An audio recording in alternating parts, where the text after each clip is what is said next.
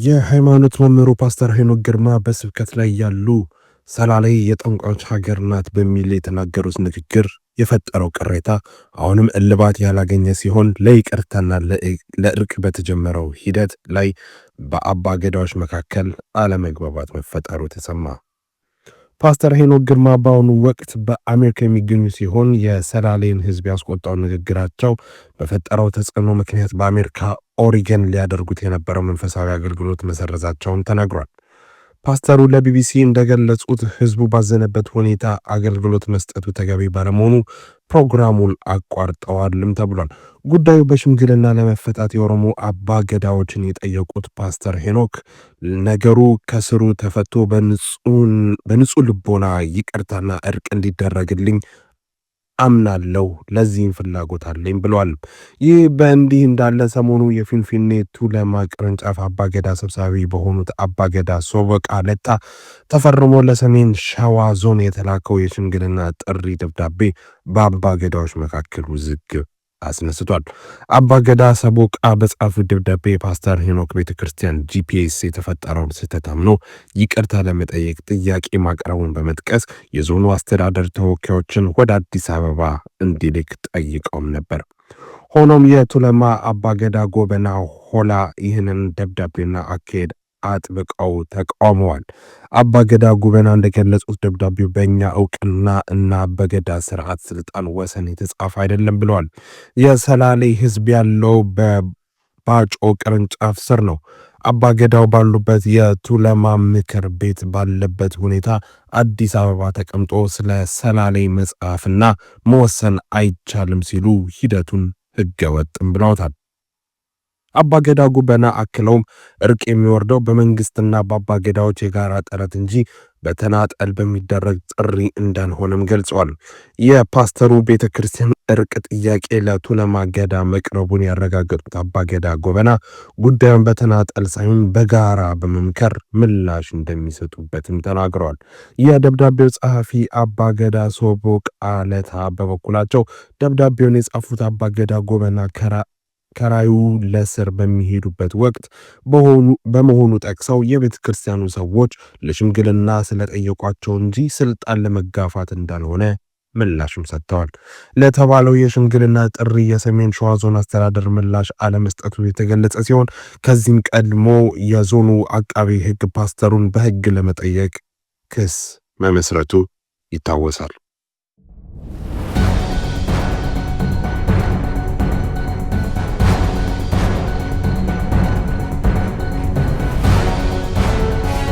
በኢራን የተቀሰቀሰው ህዝባዊ ተቃውሞ እየተባባሰ መምጣቱን ተከትሎ የዩናይትድ ስቴትስ ቨርቹዋል ኤምባሲ ዛሬ ጃንዋሪ 13 ቀን 2026 ባወጣው መግለጫ በኢራን የሚገኙ አሜሪካውያን በአስቸኳይ ሀገሪቱን ለቀው እንዲወጡ አሳሰበ። ኤምባሲው ባወጣው የደህንነት ማስታወቂያ መልእክታችን ግልጽ ነው፣ አሜሪካውያን አሁኑኑ ኢራንን ለቀው መውጣት አለባቸው ሲል አጽንኦት ሰጥቷል። በመላው ኢራን የተቃውሞ ሰልፎች እየተባባሱ ሲሆን ሁኔታው ወደ ብጥብጥ ሊቀየር እንደሚችል፣ እስርና ጉዳት ሊያስከትል እንደሚችል ማስጠንቀቂያው አመልክቷል። የኢራን መንግስት የሞባይል የመደበኛ ስልክና የኢንተርኔት አገልግሎቶችን የዘጋ ሲሆን የደህንነት ቁጥጥሩም እጅግ ጠበቅ ብሏል። መንገዶች ተዘግተዋል። የህዝብ ትራንስፖርት አገልግሎትም ተስተጓጉሏል። በተጨማሪም በርካታ የአየር መንገዶች ወደ ኢራን የሚያደርጉትን በረራ የሰረዙ ወይም የቀነሱ በመሆኑ የአየር ትራንስፖርት አማራጭ እየጠበበ መምጣቱ ተገልጿል። የመውጫ አማራጮች አሜሪካውያን ከመንግስት እርዳታ ሳይጠብቁ በራሳቸው እቅድ ሀገሪቱን ለቀው እንዲወጡ ኤምባሲው መክሯል። ደህንነቱ አስተማማኝ ከሆነ በምድር ትራንስፖርት ወደ ጎረቤት ሀገር እንዲሻገሩ አማራጭ ሰጥቷል። የቱርክ የድንበር መተላለፊያዎች ጉርበላክ እና ካፒኮይ ክፍት ናቸውም ብሏል። በአርሜኒያ በአገራክና ኖርዱዝ ድንበር ክፍት ሲሆን አሜሪካውያን ያለ ቪዛ ለ180 ቀናት መቆየትም ይችላሉም ተብሏል። በጁን 2025 በእስራኤልና በኢራን መካከል በተፈጥሮ በነበረው ግጭት ምክንያት በተፈጠረው ውጥረት ሳቢያ በአዘርባይጃን በኩል ያለው መውጫ ለአሜሪካውያን የተገደበ ሊሆን እንደሚችል አማራጭ መንገዶችን እንድታዩም ተመክሯል። የአሜሪካና የኢራን ጥምር ዜግነት ያላቸው ግለሰቦች ከፍተኛ አደጋ ላይ መሆናቸው ተጠቁሟል። የኢራን መንግስት ድርብ ዜግነትን ስለማይቀበል እነዚህን ሰዎች እንደ ኢራናዊ ብቻ ይቆጥራቸዋል። የአሜሪካ ፓስፖርታቸውን ማሳየታቸው ብቻ ለእስር ሊያዳርጋቸው እንደሚችል ኤምባሲው አስጠንቅቋል።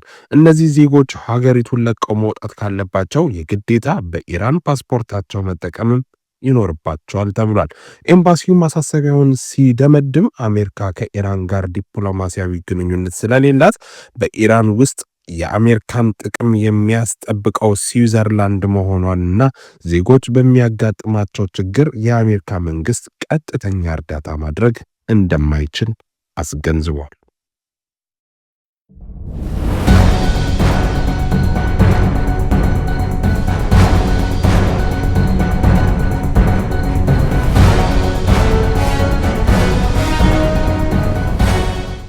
የፕሬዝዳንት ዶናልድ ትራምፕ አስተዳደር ለሶማሊያ ዜጎች ተሰጥቶ የነበረው ጊዜያዊ የጥበቃ ቆይታ ፈቃድ ቴምፖራሪ ፕሮቴክሽን ስታተስ ቲፒኤስ መሰረዙን ተከትሎ በሺዎች የሚቆጠሩ ሶማሊያውያን በመጪው መጋቢት ማርች ወር አሜሪካን ለቀው እንዲወጡ ትዕዛዝ አስተላለፈ።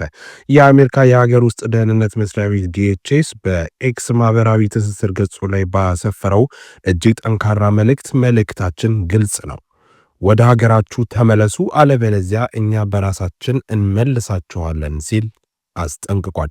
የሀገር ውስጥ የደህንነት ጸሐፊ ክርስቲኖም በሰጡት መግለጫ በሶማሊያ ያለው ሁኔታ መሻሻል በማሳየቱ ሀገሪቱ ለቲፒኤስ መስፈርት ብቁ አይደለችም ብለዋል።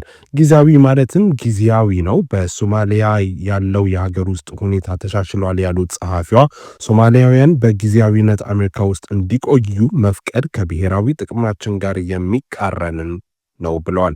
እኛ አሜሪካውያን ቅድሚያ እንሰጣለን፣ we are putting Americans first ሲሉ ተናግረዋል። በአሁኑ ወቅት በአሜሪካ በቲፒኤስ ፈቃድ የሚኖሩ ወደ 2500 የሚጠጉ ሶማሊያውያን እንዳሉ ፎክስ ኒውስ ዘግቧል። ይህ ውሳኔ እነዚህን ግለሰቦች በቀጥታ የሚመለከት ሲሆን ፈቃዱ ሊሰረዝ የመሰረት መብታቸውን የሚያጡ ሲሆን ከሀገር የመባረር ዕጣ ፈንታም ይገጥማቸዋልም ተብሏል።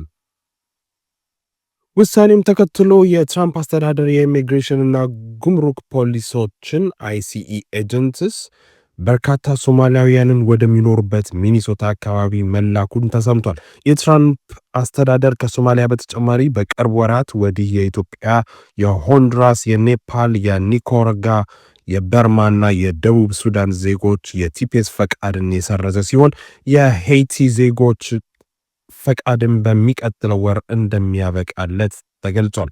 መረጃዎች እንደሚያመለክቱት በአሜሪካ ወደ ሩብ ሚሊዮን የሚጠጉ ትውልደ ሶማሊያውያን የሚኖሩ ሲሆን አብዛኛዎቹ የአሜሪካ ዜግነት ያላቸው በመሆናቸው ይህ ውሳኔ በቀጥታ አይመለከታቸውም ተብሏል። ነገር ግን እርምጃው በማህበረሰቡ ዘንድ ከፍተኛ ስጋት መፈጠሩ አልቀረም።